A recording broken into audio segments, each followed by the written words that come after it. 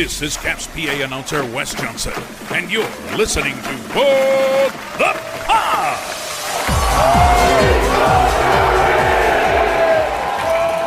Hello, everybody, and welcome to a brand new edition of What the Puck. It is a Washington Capitals podcast where we talk about the reigning, defending, undisputed Stanley Cup champions of the world, the Washington Capitals. Thank you so much for listening to us on Apple Podcasts, Stitcher, TuneIn, the Baltimore Sports Report Network, Player.fm, Overcast, Google Play Music, and Satchel. And you can watch this episode, hopefully, on our Facebook and YouTube. So, YouTube? Well, I I don't do. know these things. I do. You don't. I think I set one up in college for some reason, and I have Which no was idea. 15 years ago. It was. No, it wasn't. It was almost. Almost. It was. What year are we in?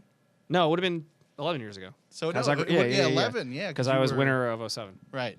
So, everybody, if you can see us, Coach Dan and I are in the same place at the same time. That, never happened. This is what, 3 times in the span of 6 years that has happened? No.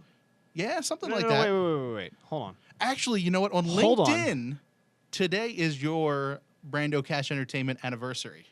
I didn't get that email. I was told. I got Wait a minute. notified. No. Hold on. Okay, this is, by the way, we should probably never be in the room together because I'm just going to screw around the whole time.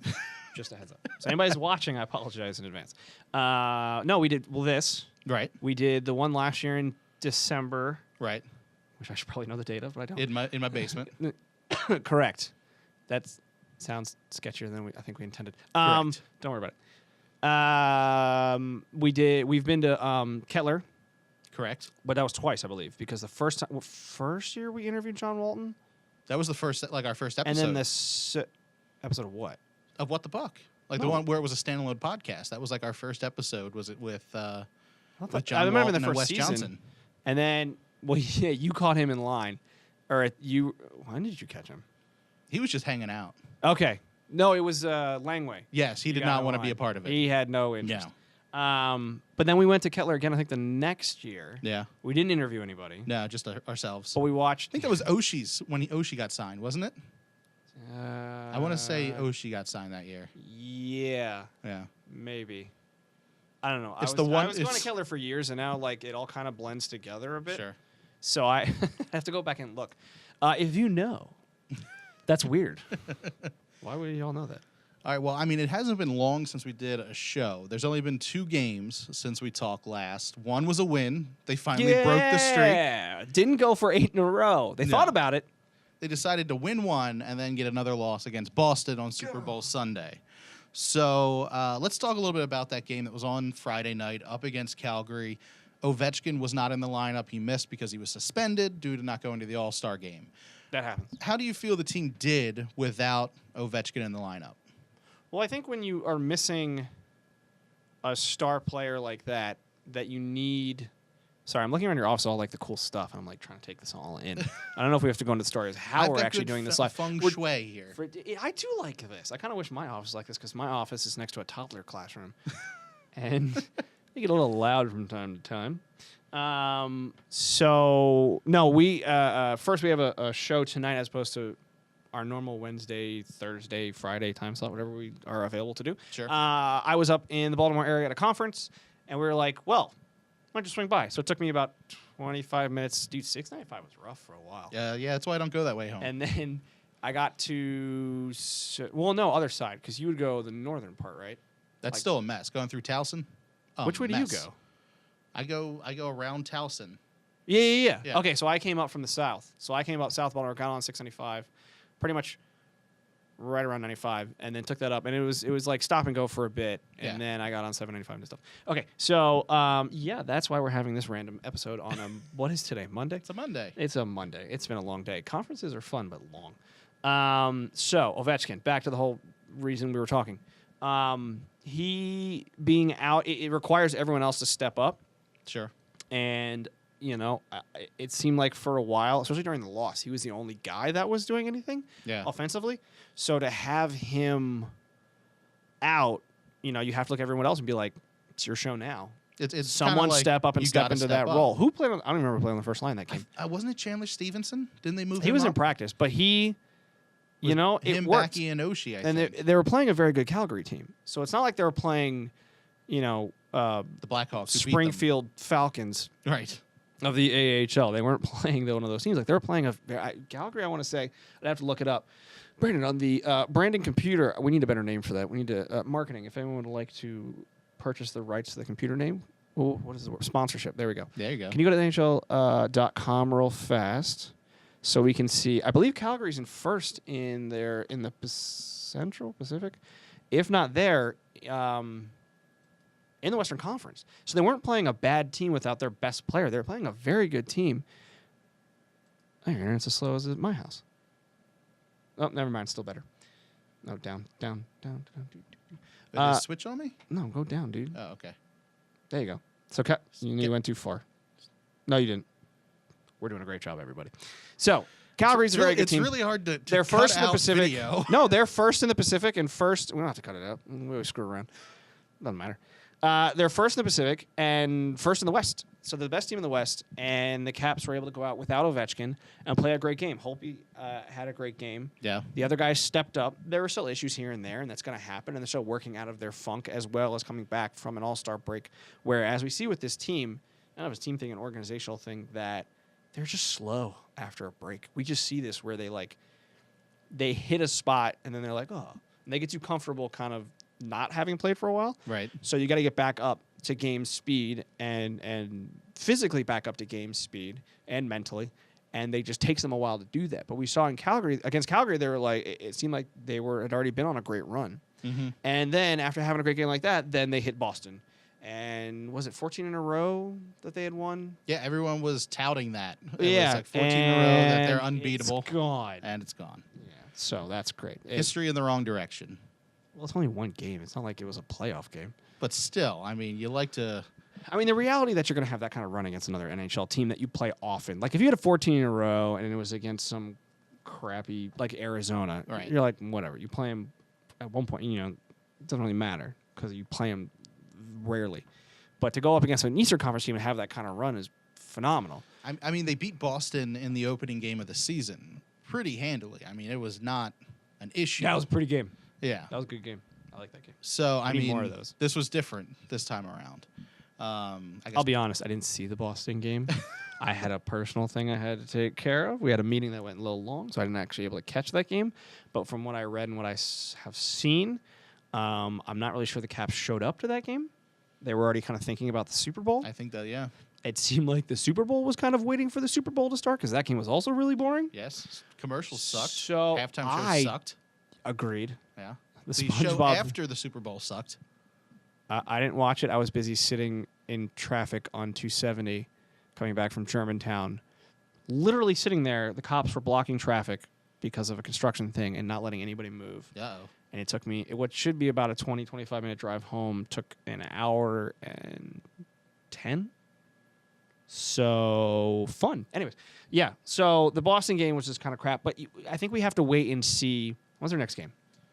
Capitals, they play tomorrow against Vancouver. Okay, so I think, oh, man, I want to go to that game. Me too. I should have brought, I was ill-prepared, everybody. I should have brought my Vancouver, either my Beagle shirt, which I'm not wearing at the moment, or my Canucks Ryan Miller jersey. That would have been silly to do. I can't wait for the jersey I bought to show up to my house this Thursday. Anyways. I should do a Facebook Live while it shows up to my house. All right, I'm leaving. Good night, everybody. This jersey's terrible. Anyways, so I think if we look at the game against Vancouver and the game against Colorado, those are going to be more telling as to whether the Boston one was more of a blip or as to whether they really have fallen back into the rut that they were in when their 7-game losing streak. The difference here I see is that Boston only scored 1 goal as opposed to the touchdowns they were giving up. Correct. There were more touchdowns against the Caps in their 7-game losing streak than in the Super Bowl. So which is embarrassing to say because that game was boring as hell. I had 7-7 in the square pool I was in. I did not get any money. Thing. I put in $1. It was 50 cents a square. I didn't actually have any cash. Someone gave me a $1. A couple of years ago, I won like $20. I got nothing. I came close. I think I had, if the Rams hadn't gone up 7-0, or we're down 7-10 or 7-20, Sure. I had 7-0, and I forget what it was. Like 5-3 was the other one. So that one I was kind of screwed. Yeah. That was never going to happen. But I think if we go and we look at these next couple of games, then we'll really see where the Caps are at. But the fact that they didn't give up 5, 6, 7 goals against Boston is still good. It shows that the errors, or at least theoretically, given that the penalties are still an issue, but they were, and lazy penalties, but that shows that they weren't having the same defensive and they weren't having the same goaltending issues that they were having during that crap run. Right. So it seems like that makes me think that the Boston game is more of just kind of a fluke, which I think if they didn't have that crappy run, we really wouldn't be worried about it. Yeah, it's a little bit like, oh, we had that 14-game winning streak, and that was kind of fun to tout. But then again, I don't think Boston area fans care because, A, they just won the Super Bowl, and B, they win all the freaking time in all of their freaking sports. And it's not freaking fair. But I'm not overly concerned at the moment. I want to go regarding the Boston game. Let's watch the Vancouver game. I think Vancouver's got a really good team, up-and-coming team. This Pettersson kid, if he's not hurt again, he is a phenomenal talent. Brock, is it Bozer? He is really good. Mm-hmm. So I'm really excited to see how those guys are going to do. And I'm curious to see how the Caps are going to do. And, we can talk about the penalties in a minute, but you can't give a team with a lot of young, high-scoring offensive players that many opportunities on the power play because we were that team. Sure. We still kind of are that team, just not young anymore. But we were that team with a lot of young guys. Different youngins now. Yeah, but not. No, we don't. I guess the team as a whole. Does Does also count as a youngin? I don't think so. See, he's still young in NHL years, but because he played in the KHL for so long, he wasn't he was 22 when he came over. Yeah, I think How old so. was Kuznetsov? I don't know. Anyways, old enough to take stupid penalties. That didn't even make any sense. But I forgot. The comparisons between Vancouver and Washington, I think, are rather interesting in terms of what Washington used to be when they were a high-flying offense and they were winning games 7-6, and their defense was crap. With Jeff Schultz was back there, and he's really slow. The defense seems to have been able to kind of pick it up, and I think that might be because the pairings that we're doing so well are back together. Kepney and Carlson were back together for the first time. Kepney, I think, has 8,000 penalties, and I might be undershooting it by about 12,000. And I want to say who was with Niskanen? Orlov? Yeah, there's something in the penalty box. Skittles. That we these talked guys about like. this. Skittles. See, I don't think that's Marshawn Lynch is not on the team. That doesn't. Why would it be Skittles? I'm feeling like there's an Xbox. Hershey. I feel like that would make sense. There could be a connection, some good hot chocolate. I think there's some vodka or you know what they did is they took Ovechkin's Coke water bottle that he has on the bench. He's got a special bottle, which is the worst thing to tell kids, by the way, because it's really not good for you to have that when exercising. But anyways, I think they took that and they put it on the bench in the penalty box, and I think that's what's happening. Though he's not taking a lot of the penalties, so my joke didn't really work. But something's happening with these penalties, and it depends what kind of penalty. Some I get tripping from time to time. Not that I get it, but you're going for the stick, or you're going to hit the guy's the puck away, or hit the guy's stick, and you miss and you trip him. It happens. That's not the end of the world. The ones that annoy me are hooking, or if the guy's gotten past you and you take a tripping penalty. Holding the stick is a stupid penalty, or if you're grabbing, just dumb penalties like that are just completely unnecessary. Right. And ones like hooking show that you're not moving your feet, and if you're not going to try hard enough, you shouldn't get to play. Let someone else come up and give them a shot. Because if you're not going to work hard enough, get off the ice. Let someone else come up. Well, I mean, it seems like you're not the only coach that's a little annoyed with these penalties because Todd Reardon is finally starting to step up as a coach. It seems as if he's kind of let these guys be a little bit lax. He does look a bit pissy lately. Well, he benched one of the stars, one of the big names of this team, That's right. Yevgeny Kuznetsov, and also Dmitry Yaskin, which, by the way, did you know that he wasn't Russian? Yeah, he's Czech, right? Yeah. With a name like Dmitry Yaskin, I just assumed he was Russian. I think it's the Dmitry with a J that makes me think not Russian. Oh, okay. Because I don't know if that makes sense. They did an interview with him on Friday during the Calgary game, and he started talking. He's a vague accent. He's not even that thick. No, not at all. So I was like, is he Canadian? He has nice hair, too. Did you notice that? He's some very. very... I'm more focused on my own. Oh, I need a haircut right now. If y'all can see, I didn't know we were going to be doing video. Otherwise, I would have had... My wife gives me haircuts because it saves money. And she does a good job. I just don't get them. Apparently. Yeah. So right now I have a bit of the fro starting. It's not great. But anyways. So Dmitry Yaskin, yes. Yevgeny Kuznetsov. Dmitry. Yes. They both get penalties against Boston. And Todd Reardon decides, hey, not going to fly anymore.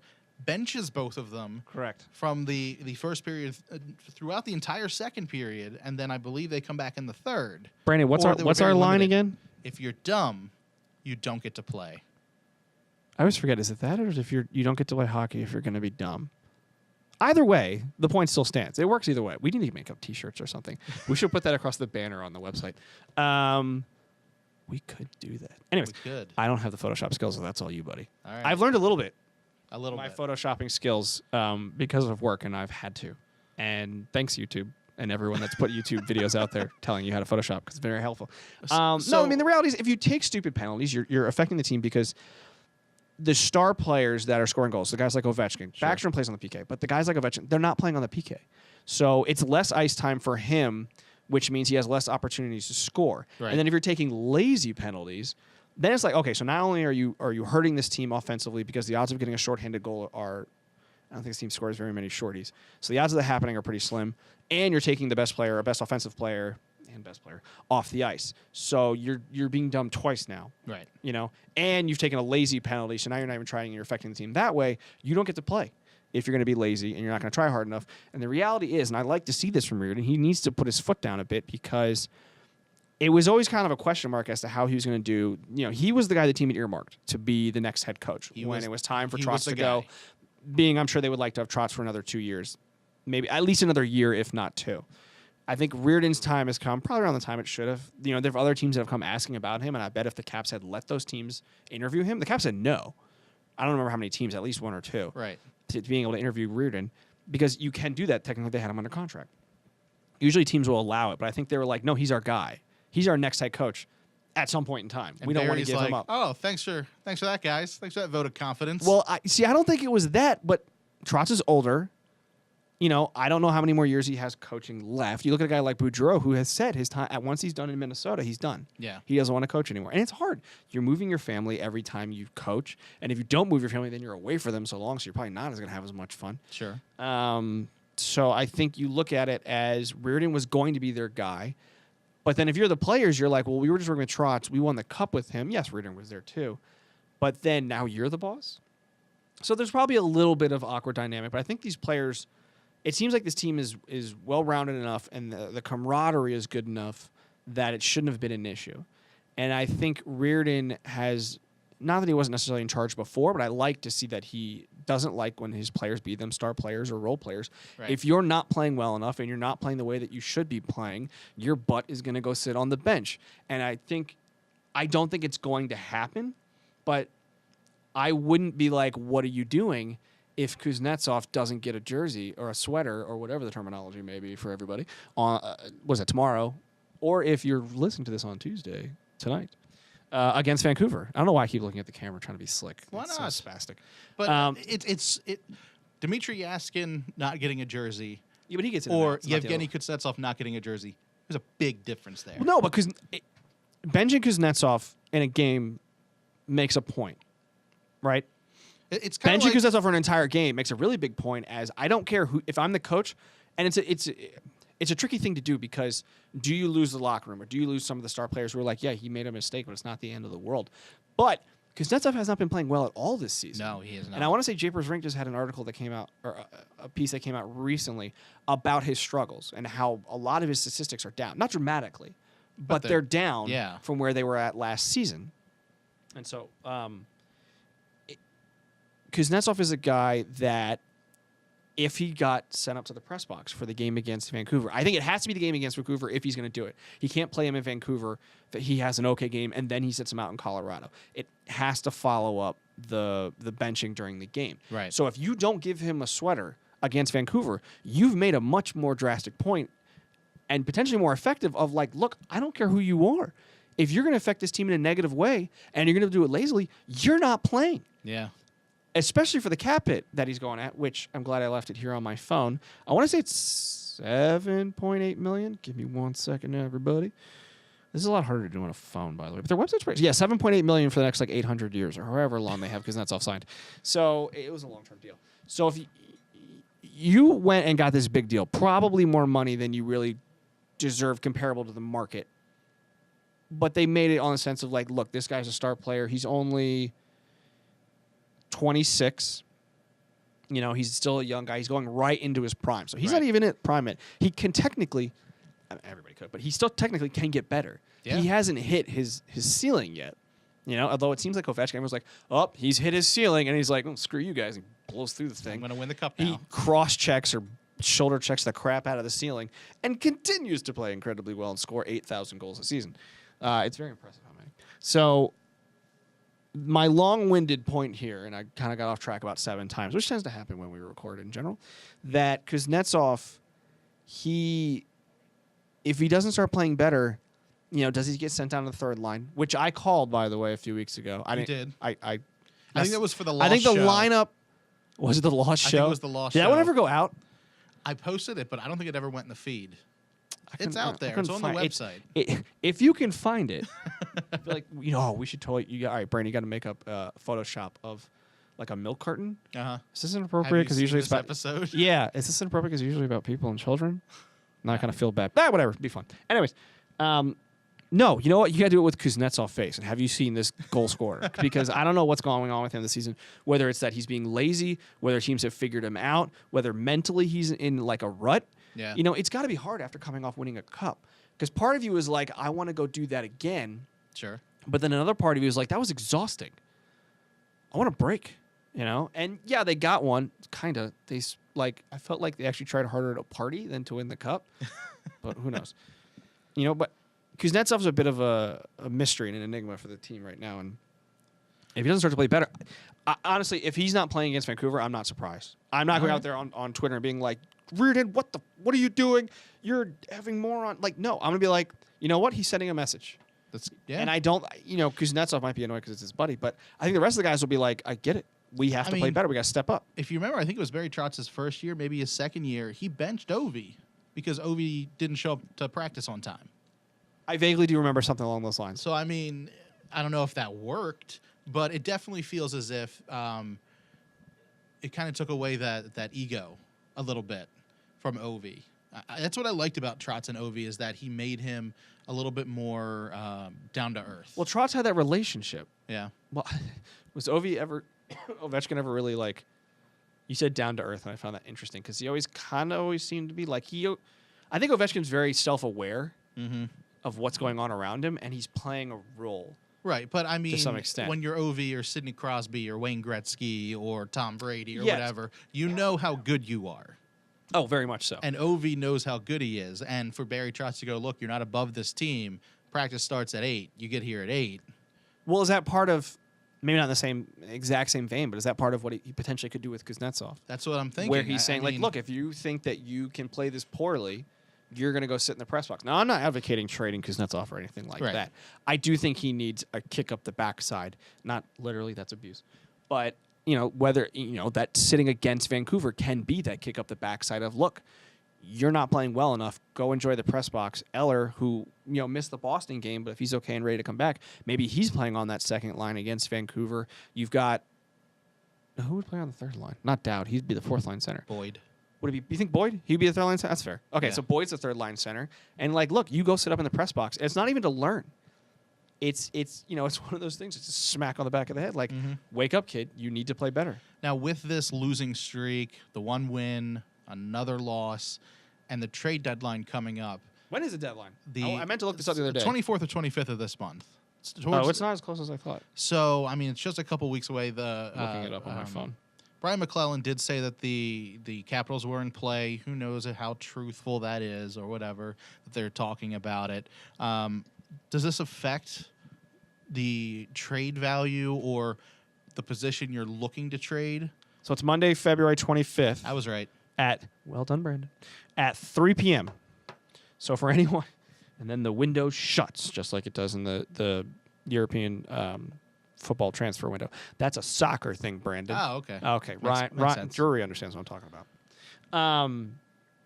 The question is, all right, so let me ask you. What position, without naming a specific player, because who knows, what position do you think they're going after? Because, like, the fourth period, you know the website? Fourth period? No, I've never been on that. Okay, so it's a website.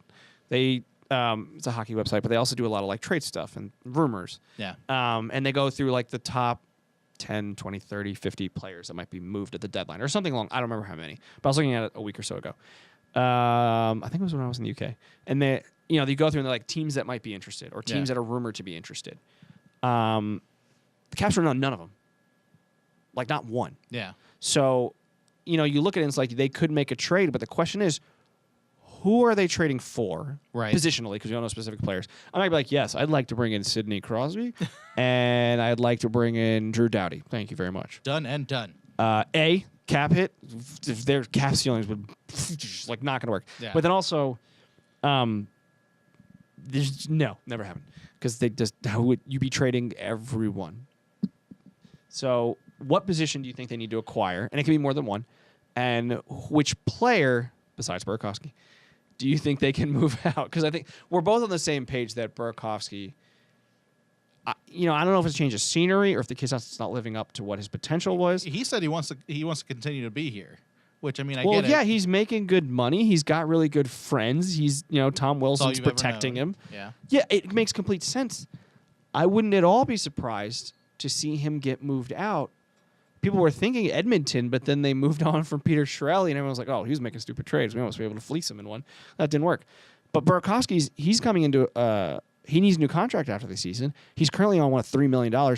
No way in hell does he deserve a raise. He's not getting re-signed. No doubt in my mind. No, no. Because, all right, so if that's the case, and I think he's restricted free agent, if you don't want to bring him back, but you can't just let him go. Right. Because you've spent value on him. A lot. You've not only money-wise, but was it a first-round pick? I think he was a first-round pick. You've used a first-round pick on him. Yeah. You need to get something back, whether it's less, a higher pick because you're just like, look, this isn't going to work, or lower pick. That always confuses me. Lower pick being like a 5th or 6th-round pick.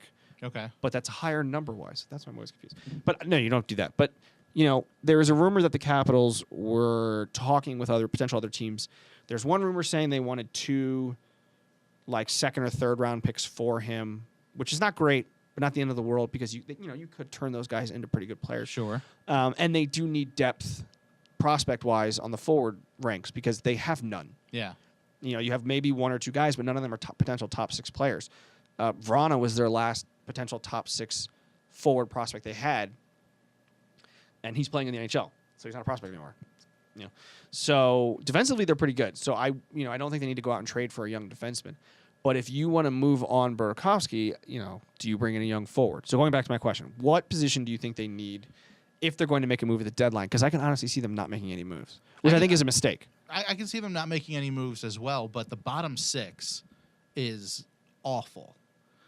I mean, they are doing absolutely nothing. We've seen this so many years in the playoffs as Caps fans that the bottom 6 doesn't produce. You don't have Jay Beagle there anymore motivating anybody. Well, he wasn't producing offensively. Defensively, he was doing very well. And he was a veteran and a leader in the locker room. So he was a guy that a lot of people could talk to and work with. Now you have Travis Boyd, you have Nick Dowd, you have Devontae Smith-Pelly, Brett Connolly, who's not producing, Lars Eller majority of the time. You have Where's your mouse? Dmitry Yaskin, who's getting benched. You have Andrei Burakovsky every once in a while.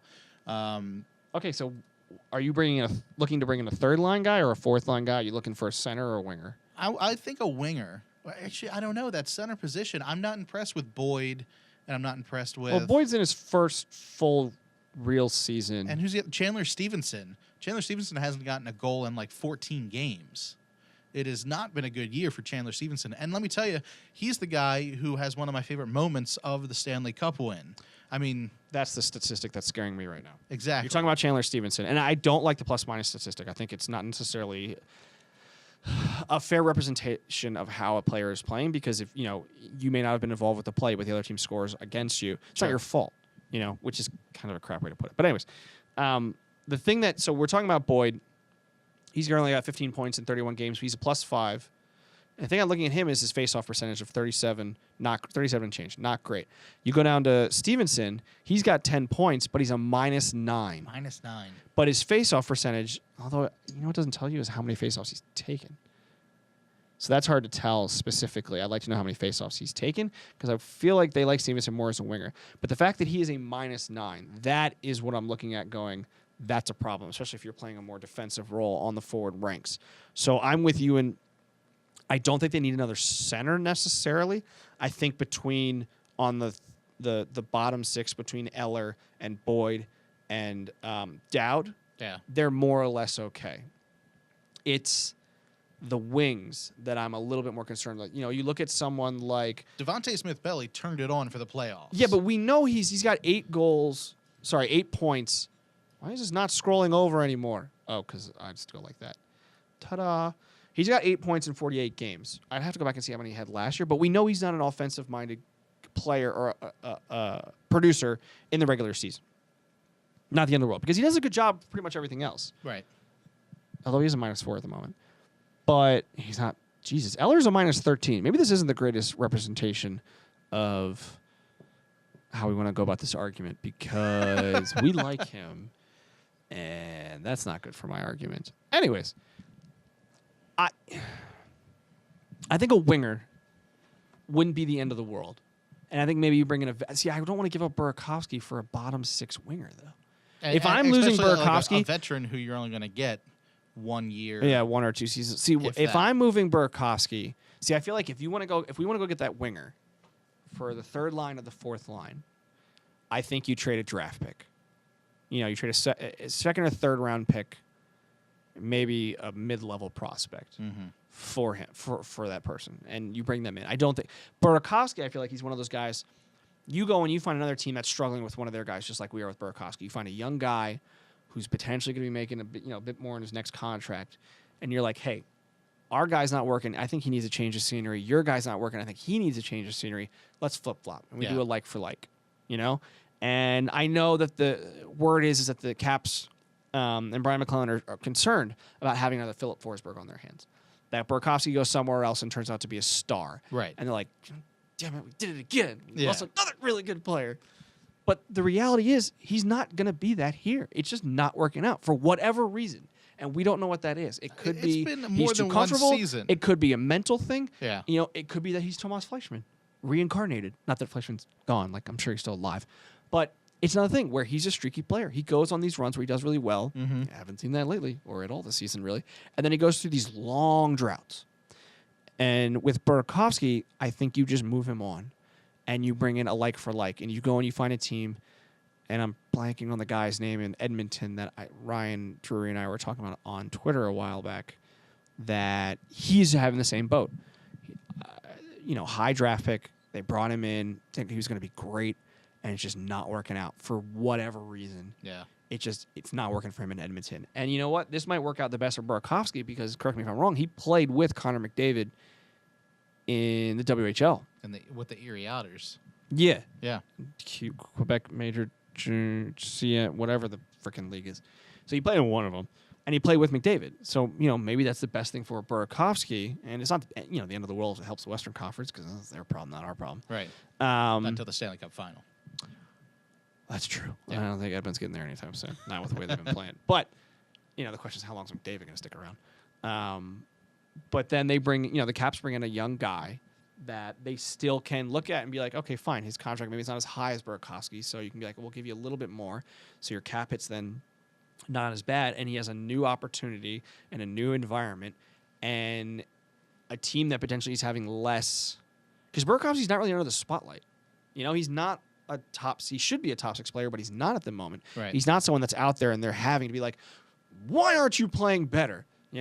You've got Vrana and Backstrom and Kuznetsov and Ovechkin and Oshie and Wilson. These guys are playing in front of him. Right. So it's not the end of the world. But then you look at him, you look at his contract, and you go, this isn't going to work. It's not working the best for this team. They're going to have salary cap issues going forward. They need to re-sign guys pretty soon. And that it's time to move him on and bring in someone else. And I was looking over there to see his age, but that's the wrong chart to see that. Let me check. Where did Cap Friendly go? I know you're right here somewhere. Burakovsky is 23. So he's still a young guy. But the reality is, if you're going to, I can't remember what the number is, whether it's 10% that you have to move up in an arbitration or something along those lines. As a restricted free agent, they're automatically guaranteed, I think, a bump. A bump up, I should say. So I don't know what specifically is, but it's going to be more than what he's making now. And what he's making now, it's not the appropriate number for what he's producing. So I would like to see him moved out at the deadline. I think you can get more for him at the deadline potentially than in the summer. Sure. Because a team that's maybe A little making bit more a push. desperate. Well, that, or if there's a team pushing for the playoffs, they might be like, okay, we'll try, we'll take a chance on this guy, and send you our struggling guy. Or maybe it gives a team like Edmonton or whoever it may be more time to actually see what they've got with him, Right. as opposed to trying to trade for him in the offseason when he's going to be a restricted free agent. Gotcha. Because then if you're Edmonton and it doesn't work out, then you have the chance at the deadline to move him, as opposed to bringing him in at the in the offseason and then signing him to a new deal and then realizing, oh, he really does suck. Like, this guy's just not going to work out. We need to move him on. So I wouldn't at all be surprised to see if they move him at the deadline. I hope it doesn't affect Tom Wilson mentally, because I know they're buddies. He lost all his buddies. Yeah, he lost Lotta. Lotta's gone. Burakovsky. I'm sure he'll be okay. Yeah. And then, so I think that's a different situation. And then you bring that guy in, whoever the new, if you're getting a like for like with Burakovsky, then you've potentially got yourself a third line winger that could step into the top six should you need someone to step in if they can play that role. Yeah. And if it doesn't work out and they end up costing less than Burakovsky, then maybe you move them on again in the offseason, be it just letting them go or a trade again, which may or may not work out. But at least you've tried something and you haven't necessarily given up Burakovsky for nothing. You at least made an effort to turn him into something that could produce for you. But then I agree with you. I think even if you do that move and Burakovsky and bring in a guy that could play on the third line, potentially moving up to the second line at some point, I still think you need to bring in another guy potentially for the bottom six, but a role-playing guy that you're not going to give up a lot to bring in. Mm-hmm. I think you're right. You need a guy like a Beagle that's more of a veteran who can come in and kind of like get the team motivated a little bit, and not the top six, but get the bottom six motivated to play better, or just maybe it's just gel better. Yeah. Maybe for whatever reason they're just not gelling as well. With the Calgary game, was it like Connolly, Dow? Like, it was all like role players that scored, or something along those lines.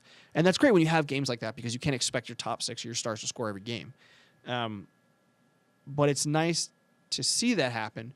You'd like to see a little more often. The question is this team struggling because defensively the forwards are not playing as well, and do you need to bring in that bottom six?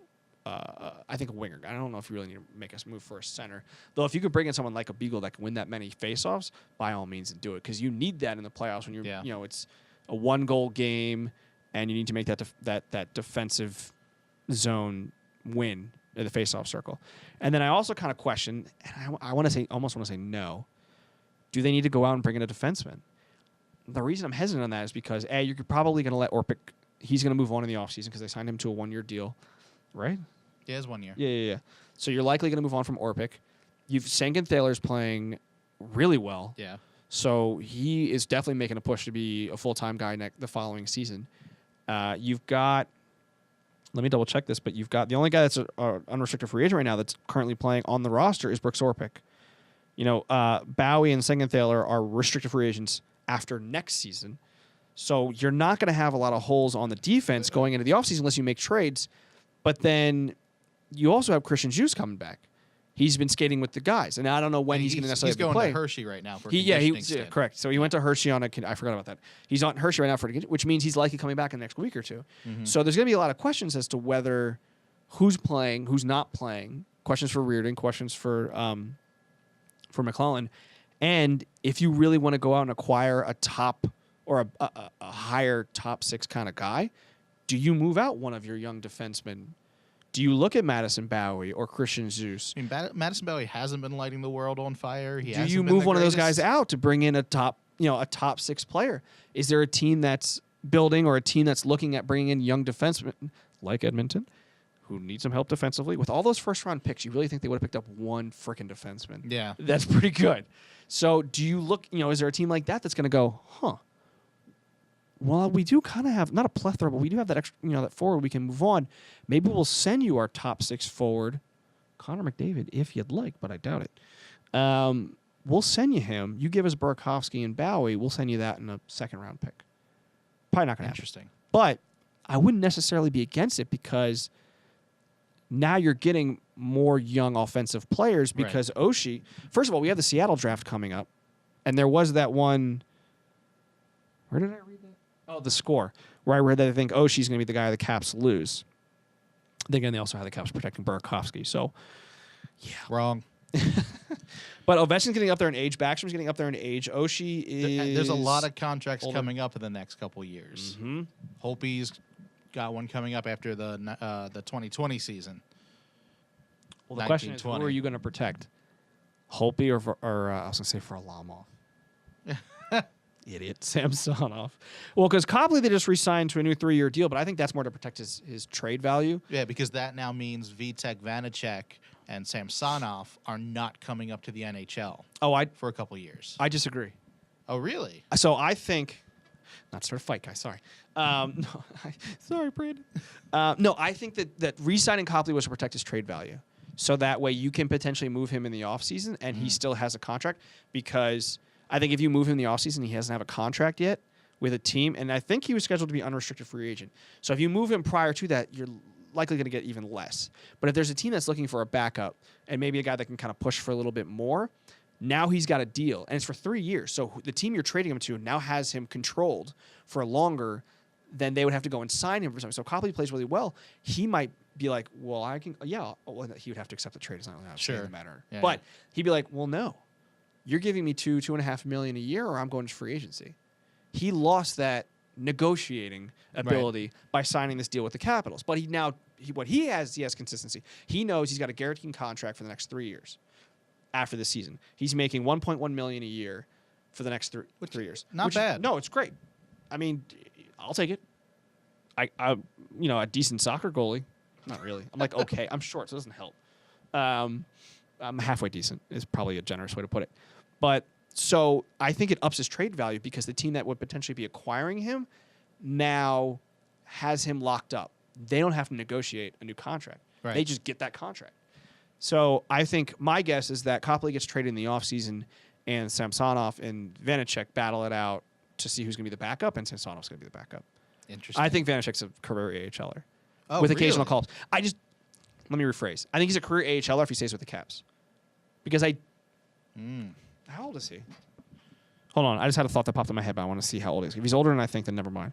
Yeah, he's 23. So I was thinking, like, Samsonov comes up, they move on from Holtby, be it in the expansion draft with Seattle or they trade him because Samsonov's supposed to be this. And if he comes up and he's this ridiculous kid, as great as Holtby is, he's currently... This website's hard to do on your phone. He's currently 29, so he's got one more year on his contract after this year, and he's already making 6.1. I don't think he's going to necessarily take a step down. Sure. And even though he's playing great, you have Samsonov. Is this a thing where you are like, we got this young kid, he's going to cost us less? Who's the greatest goaltending prospect in the world. Apparently. So it's like, so you have two things. Either you re-sign Holtby and you trade Samsonov and you get a really good return for him, or you say, Braden, thanks for everything. We've got this younger guy. It's the reality of sports. We're going to bring him in. He's going to be our new star. You've likely had at least next season to see how he can get adjusted to the NHL, and you decide he's our guy. I think we saw that in Baltimore with Joe Flacco and Lamar Jackson this past season. I think we saw it with the Caps with Varlamov. I think we saw it with Neuwirth to some extent. I think we saw it with... That's how Holtby came in. Because of Vaucoon. Remember, Vaucoon kept him in Hershey. That's true. Well, yeah, because the Caps were a little concerned with the way the younger guys were playing. But the reality is everybody gets replaced by a younger guy at some point. Sure. Be it by retirement, by trade, by free agency, whatever it may be. Holtby's probably still got another, 29? He's probably still got another 8 years, if not more. I mean, look at Fleury. Look at Lundqvist. Yeah. Look at Luongo. These guys, you can play until you're later, but the reality is these guys have also moved teams. It's true. And except for Lundqvist, that's true. Yeah. He's still the king of New York. Yeah, unless Harper or Machado he might get dethroned soon, but for right now, he's still the king. Yeah, he's up there in age. But, is it a reality of, look, we've got this young kid who we think is eventually going to have a higher ceiling than you, or has a higher ceiling than you do. He might be better one day than you currently are. And he's a Vezina-winning goalie. He's an amazing goal, right? He won the Vezina? Yeah. Yeah. He's an amazing goaltender. But that's the reality of sports. At some point, Ovechkin's going to be replaced on this team, one way or another. And that's a discussion you and I need to have. I think we're going a little long on this show, but we do need to talk about that about his next contract and Well, wait. Oh no, my phone went to. Hold on. his next contract, which is coming up, and things outside of the NHL that he needs to accomplish before he retires. But we will talk about that. I know what you're going to say, and I disagree. But that's besides the point. Exactly. That's why. I mean, we're going a little longer. He's still got 3 more. But yeah. Okay. So I do want to talk about that maybe on next week's show. No, that's fine. That's Teaser. That's a conversation for a much different time because he's still got a couple more years left in his deal. And Seattle's coming into play After the 2020 season. Yeah, I so think their draft is 2021, the summer of 2020. which Brandon Yeah. is the summer that Holtby is unrestricted free agent. So I- might not protect him. I wouldn't be surprised if the Caps made a deal with Seattle and said, we'll sign Holtby to a new... No, because you have to. I think because he's unrestricted free agent. What was the rule? I can't remember. I don't know. They're still switching it up for Seattle this time around, too. Mm-mm. It's basically the same Or rules. Vegas doesn't get It's any the same rules as Vegas, but Vegas doesn't have to play. Vegas doesn't have to protect anybody, which Wild. I don't understand. Because it's not like it's the year after Vegas came into the league and they needed to make sure they still had a good team. Right. Right? So, but with Holtby, I would not at all be surprised if they signed him to a new deal with the understanding with Holtby and with Seattle that he's the Caps player you're going to take. We're going to sign him to this new deal. Everybody, all 3 of us are agreed to this new deal. Yeah. And then you're going to take him. I think next season, this is why I think that Copley's gone in the offseason. Because I don't think they're going to be able to keep Samsonov down in the minors for another full season unless he's not playing well enough in Hershey. And it sounds like he's playing well enough in Hershey. He's gotten a couple shutouts already this season, Yeah. even though the Hershey Bears do suck this year. Well, he struggled. And I think a lot of that was an adjustment to North America. Sure. Now that he's adjusted, he's starting to step it up and starting to play much better. I think he's going to make a real push. We got to go up there. We got to go to a We do need Bears to go. game. I haven't been to a Bears game in forever. Yeah, it's gonna be harder for me to go to a Bears game after June. Sure. So, Yeah. No reason.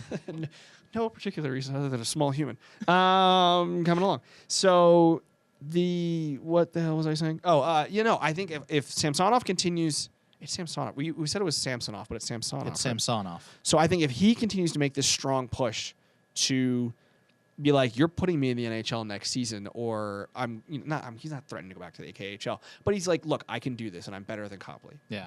He's not going to go in and say that. That would be highly entertaining, but he's not going to. As long as there's a camera around, I'm cool with it. It would be great to watch. I'm better than that guy.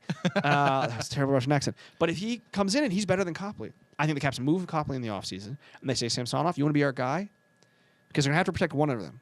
Mm-hmm. Unless they make a deal with Seattle not to take either Holtby or Samsonov, which means they're going to have to give up something else, like Oshie, and be like, we agree to not protect not protect Oshie if you take this guy. Unless you make that kind of deal, I think next season is Samsonov's opportunity to say, I'm your guy. Yeah. And I think at that point, they potentially make a deal to be like, look, we'll sign Holtby this new deal if you promise to take him. And Seattle can be like, no. And then the Caps are screwed and they have to make a really tough choice. Yeah. And maybe they trade Holtby at some point. But I think if the interesting thing is going to be if Samsonov comes in and he's not showing that he's necessarily ready to be the starter, then the Caps are in trouble. Yeah. Because they're going to have to protect one of those guys. And if you're Seattle, then again, we thought the same thing with Grubauer. You're Seattle, do you look at that and go, and it'll be interesting to see what other teams do. Do you look at it and go, well, we'll take Samsonov? Or do you look at it and go, well, he kind of struggled, and they're not going to protect him. Screw that.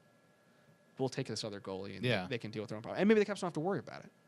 And maybe they lose Connolly or one of the young defensemen. Because I think they protect Carlson.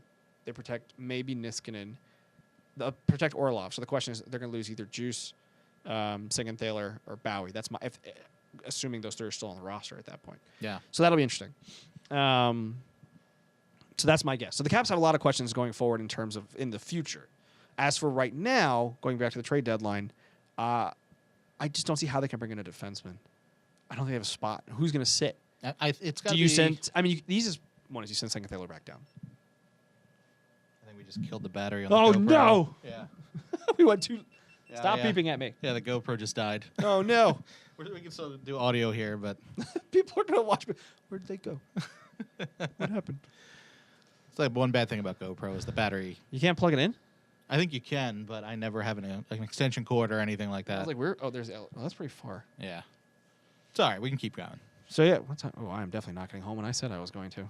I know. We've been talking for a little while. What time does traffic off 695 not get bad? Or get bad less? It's usually around this time. both of those. 6:30, 7 o'clock, it calms down a little bit. Okay, cool, because I got to go jump back on there. Yeah.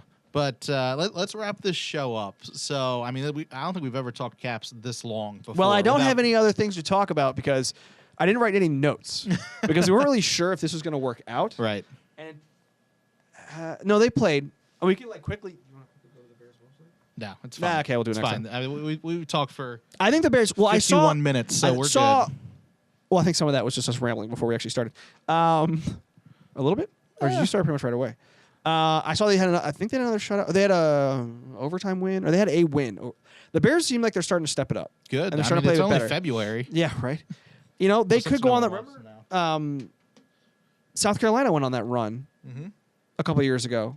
Was that they won the Kelly Cup or no? No. Who won? Kelly Cup was the Royals. That's right. That's right. But they went on that run where they were bottom of the South Division, and they made a run all the way to second or third in the division that one year. And so maybe the Bears are doing the same thing, and they're going to go on a crazy run and be able to make their way back into a playoff spot. But I think hope. part of their issue is that there's not a lot of young offensive talent.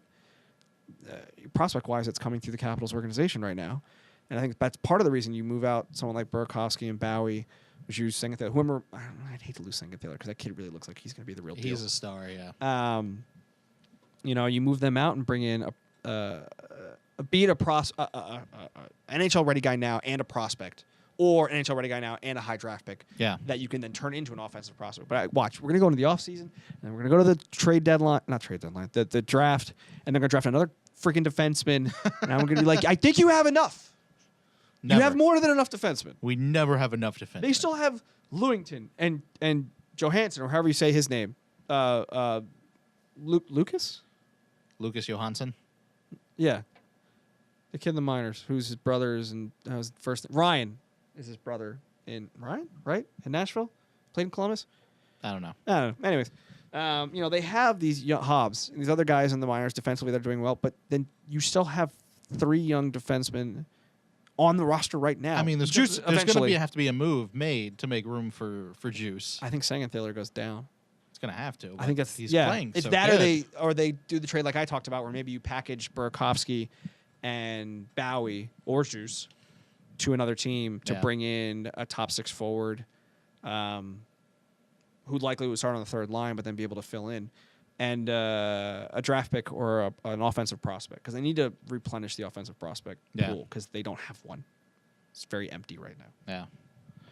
Well, I mean, we talked a lot about the Caps this show. Well, that is why we're here. That is I good. keep playing it up the camera, but the camera's off. Camera died. Bye, I camera. need a better GoPro. This is the GoPro Hero 3, and they're up to the 7 now. So Well, I don't have a GoPro, It's a little old. so but I would never use one. That's the thing. You I find could you use find it things. for work. Yeah, you find things. But if you want to continue the conversation with Coach Dan or I, you can. It's real easy. All you got to do is tweet to either one of us. You can tweet to me at Brando Cash. Coach Dan, where can people tweet to you at? You can find me on Twitter at WTP Coach Dan, talking all kinds of Capitals-related things when I'm not dealing with all sorts of other things going on lately. That hopefully everything will calm down soon, and so I can actually start watching Caps hockey again. Yeah, it's just revving up, man. It's no. That's not the issue. That's all during the day. It's the house. Yeah. That whole thing. Yeah.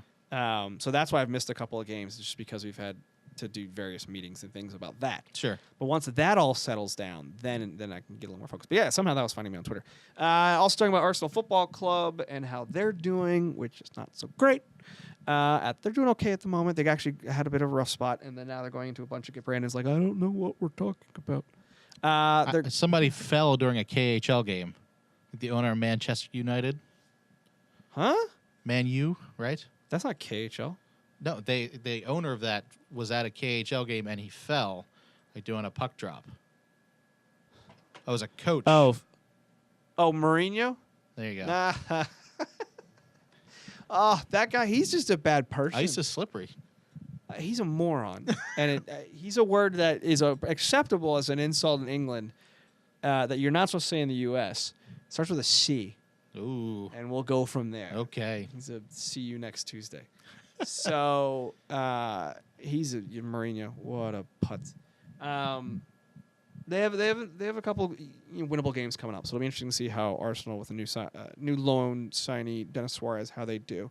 That's finding me on Twitter at WTP Coach Dan. But Brandon, you've got a good amount of other shows out there. If people wanted to find out about them, where would they go? You can go to brandocash.com, get all the information you're ever going to need about What the Puck and all the other podcasts that we do here at Brando Cash Entertainment. And you can go to our Facebook page, facebook.com/whatthepuckpod, as well as our Twitter at whatthepuckpod. Like us over there, follow us there, and you can check it out. We've been sharing some fun stuff, some football stuff since the Super Bowl was this past Sunday. It was the most exciting game. So boring. Brandon, we both were going for the Rams, I would assume. I didn't care, to be honest. I don't You like think the Brady Rams. retires? No. Kenny? So he can go away? He won't. I think he had, literally, they're... I don't even think he had a great We're game. still here, or whatever their slogan was we're the underdogs. Like, Brady really believes They're that. not the underdogs. But no he one really likes thinks it. you. I mean, a lot of people like you. The reality is here's the thing Look. about Brady, okay? Separate him and Belichick. Is he as good as everybody thinks? I think so. I think he's the best player to ever play the game. Brady over Montana. I do. Interesting. And I think that the cheating stuff is unnecessary. I think He did cheat, though. he did, but I think it's unnecessary because he's proven that he can play ball and not cheat and still win.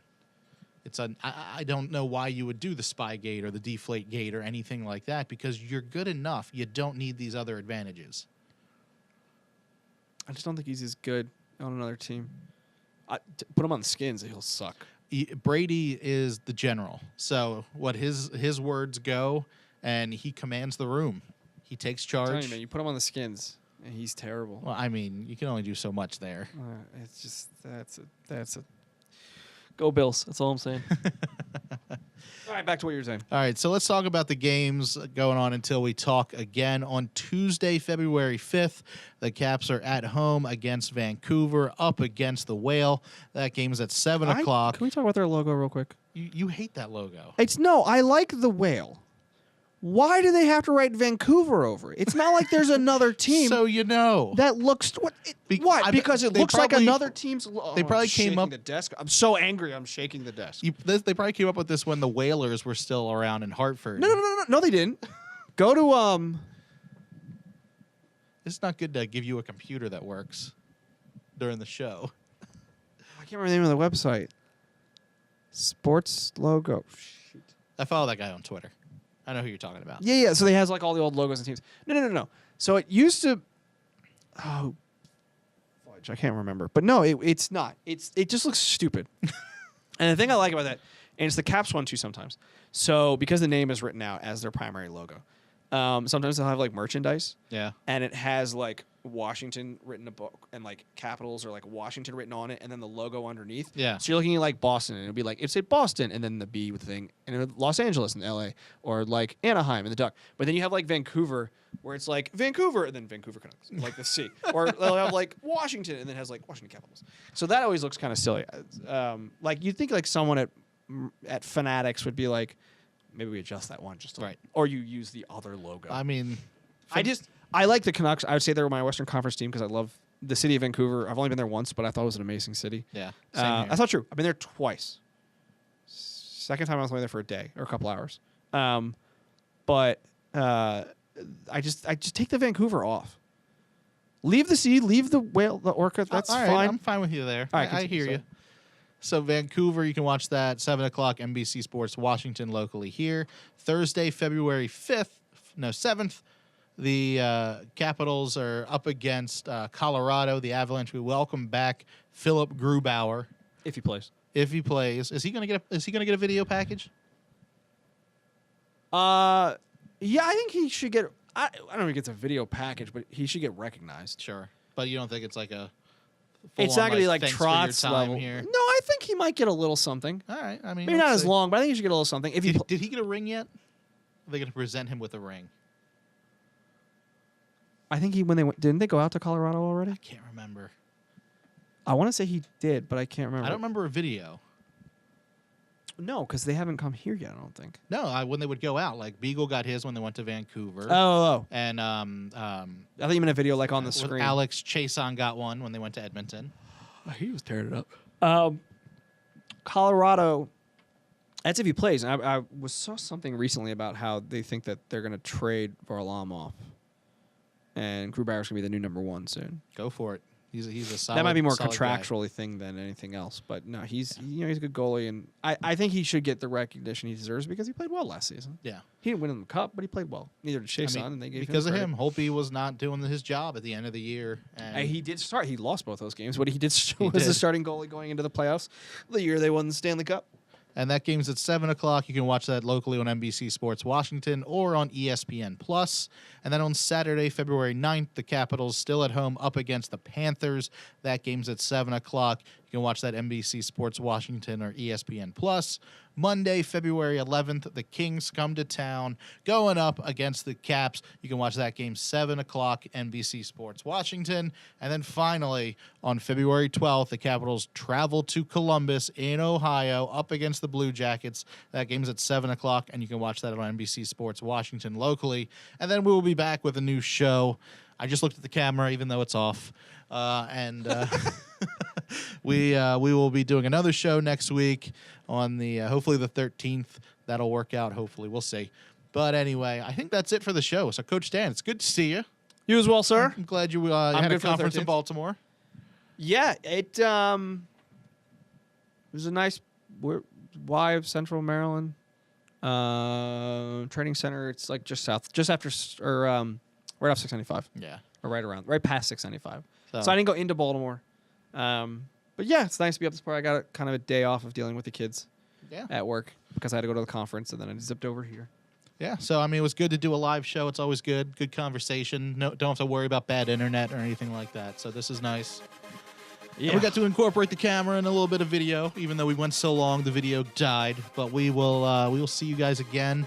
Do another show next week. So that's pretty much it for the show this week, everybody. Say it loud, say it proud.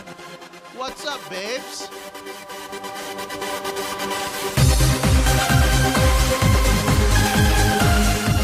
This has been a production of Brando Cash Entertainment. Music by DJ Wolfman, voiceover by Sarah Jax. For more information, go to brandocash.com.